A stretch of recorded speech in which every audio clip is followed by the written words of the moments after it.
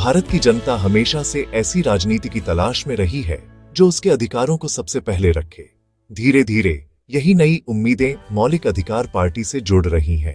जनता थक चुकी है वादों से। उसे चाहिए शिक्षा, रोजगार, समानता और सम्मान। मौलिक अधिकार पार्टी इन उम्मीदों को संविधान के आधार पर आगे बढ़ाने की बात करती है। यही इसकी सबसे बड़ी ताकत है।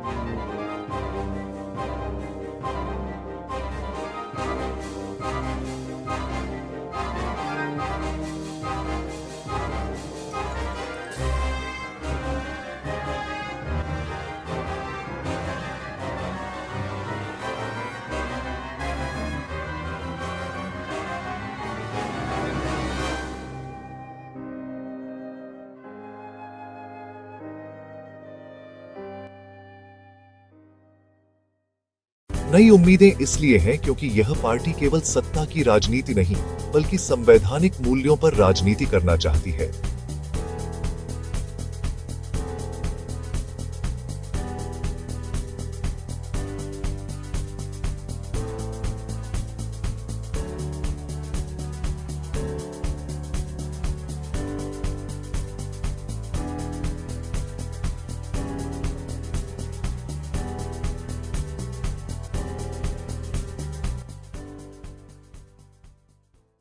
भारत बदल रहा है और इसके साथ जनता की उम्मीदें भी बदल रही हैं।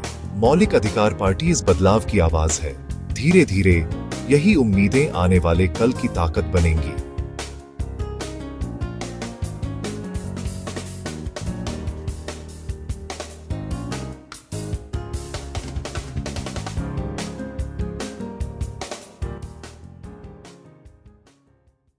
भारत की जनता हमेशा से ऐसी राजनीति की तलाश में रही है जो उसके अधिकारों को सबसे पहले रखे। धीरे धीरे यही नई उम्मीदें मौलिक अधिकार पार्टी से जुड़ रही हैं। जनता थक चुकी है वादों से। उसे चाहिए शिक्षा, रोजगार, समानता और सम्मान। मौलिक अधिकार पार्टी इन उम्मीदों को संविधान के आधार पर आगे बढ़ाने की बात करती है। यही इसकी सबसे बड़ी ताकत है।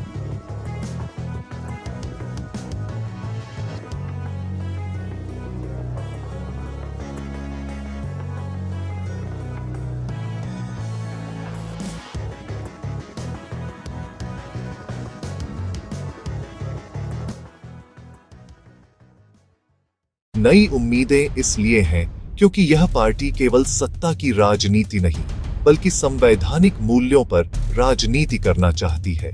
यह पार्टी जनता के साथ खड़ी है और पारदर्शिता को ही अपनी असली पहचान मानती है।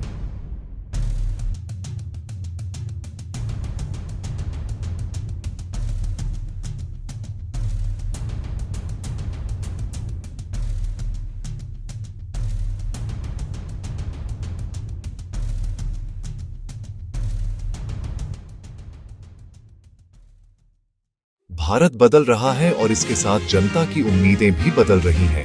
मौलिक अधिकार पार्टी इस बदलाव की आवाज है। धीरे धीरे यही उम्मीदें आने वाले कल की ताकत बनेंगी। डेमोक्रेसी? जी। रियली? यस। शायद इसलिए मेरी जनरेशन में से किसी को पता नहीं है कि nuclear program, green revolution, white revolution, आज इंडिया जो दूध के प्रोडक्शन में वर्ल्ड लीडर है, ये सब शास्त्री जी ने शुरू किए थे। शास्त्री जी इंडिया के पहले इकोनॉमिक रिफॉर्मर थे और किसी को पता ही नहीं। और मैं आप सबसे एक बात कहना चाहती हूँ, नॉट एज इंदिरा जोसेफ, पर एक माँ की हैसियत से। ये कितनी शर्म की बात है ना कि मेरे बेटे तक को नहीं पता कि शास्त्री जी भी पैदा हुए थे। मुझे कोई संदेह नहीं है कि शास्त्री जी को हमने 2 बार मारा। पहली बार टैशकंद में और फिर सिस्टमैटिकली हमने उन्हें देश की याददाश्त से ही मिटा दिया।